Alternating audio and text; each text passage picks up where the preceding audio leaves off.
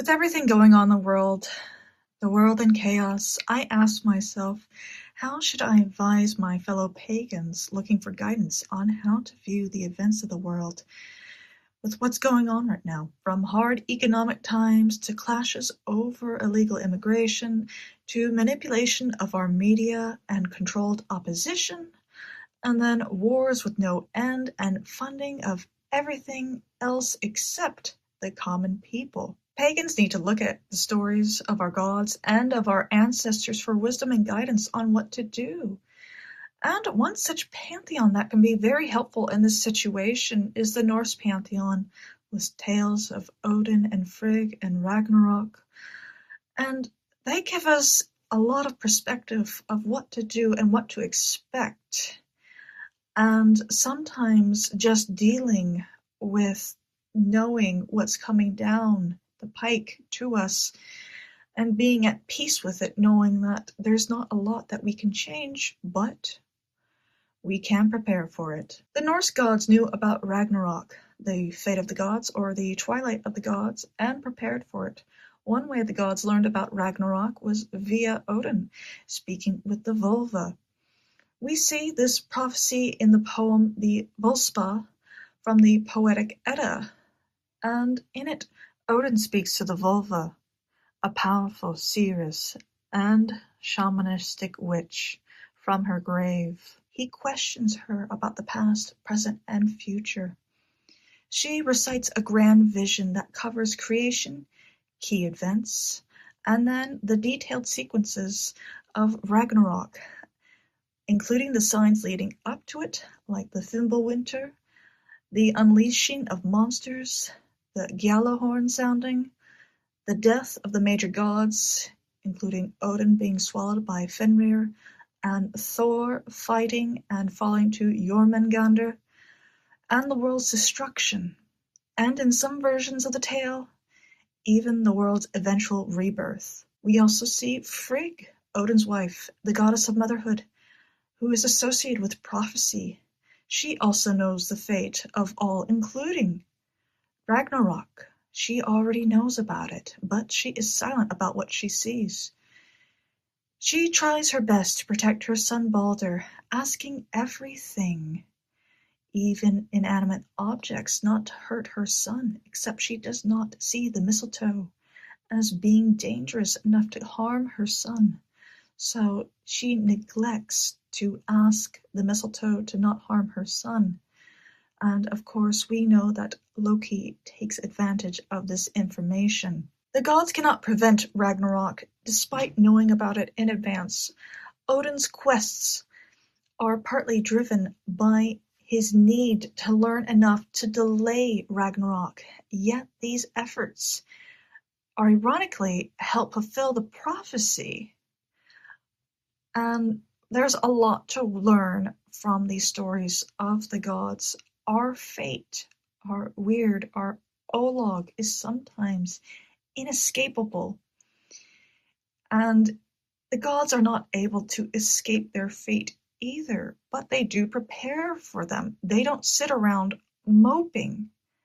They get up off their asses and they do something. Now you're probably asking me, what are some things that I can do? Well, first and foremost is prepping. Prepping is not just a Christian doomsday prepper activity.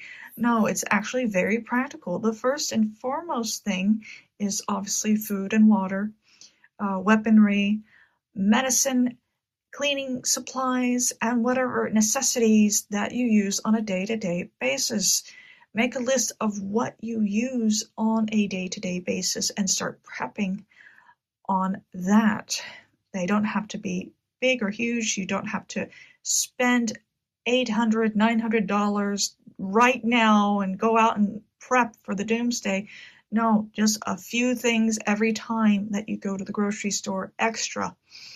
This can be an additional can of food or an additional package of toilet paper, something that simple. But once you start prepping, please be advised, do not tell anybody in your neighborhood, friends, family, I mean the family outside of your home, that you are prepping. Because unfortunately, those who do not prep are not going to be prepared, and they are going to be desperate. They will come to you because they know that you are prepping, and they will seek to take what you have, sometimes through violent force. Now, the second thing to be aware of what's happening around you, not only globally, but locally as well. And I'm talking about politics and the general feeling in the air that you get.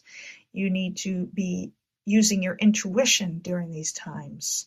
Even if you feel overwhelmed, you need to ground yourself, literally just walk in some grass barefoot, and then connect back in.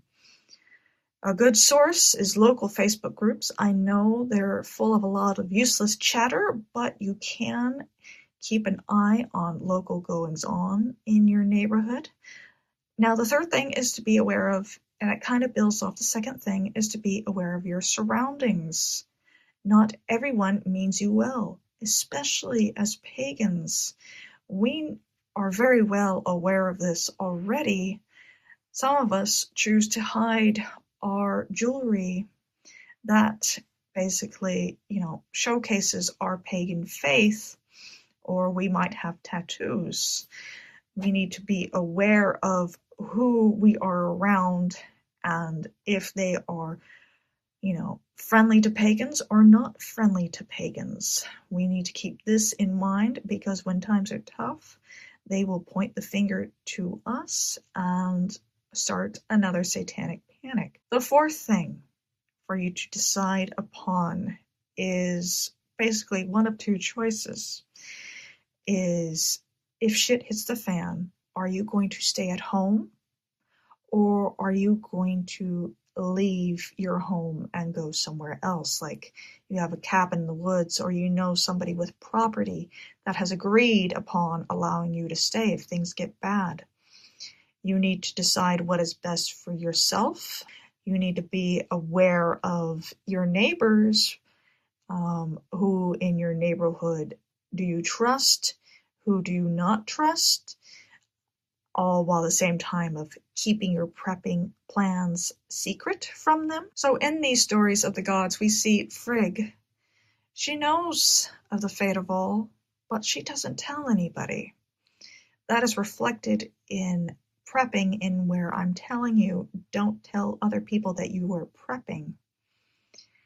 And sometimes things are just outside of our control. We can make a list, make another list, make a list for that list when it comes to prepping, but there could be one thing that we completely disregard or don't even think of, and we forget to prep it. And when that happens, you're in a bad spot. But we have to keep aware of everything that we do need. Now, I hope this video was helpful.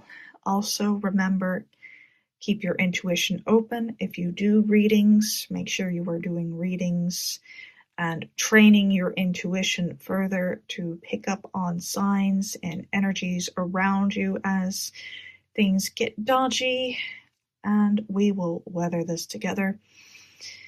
Now, thank you so much for watching, and until next time, hail the gods.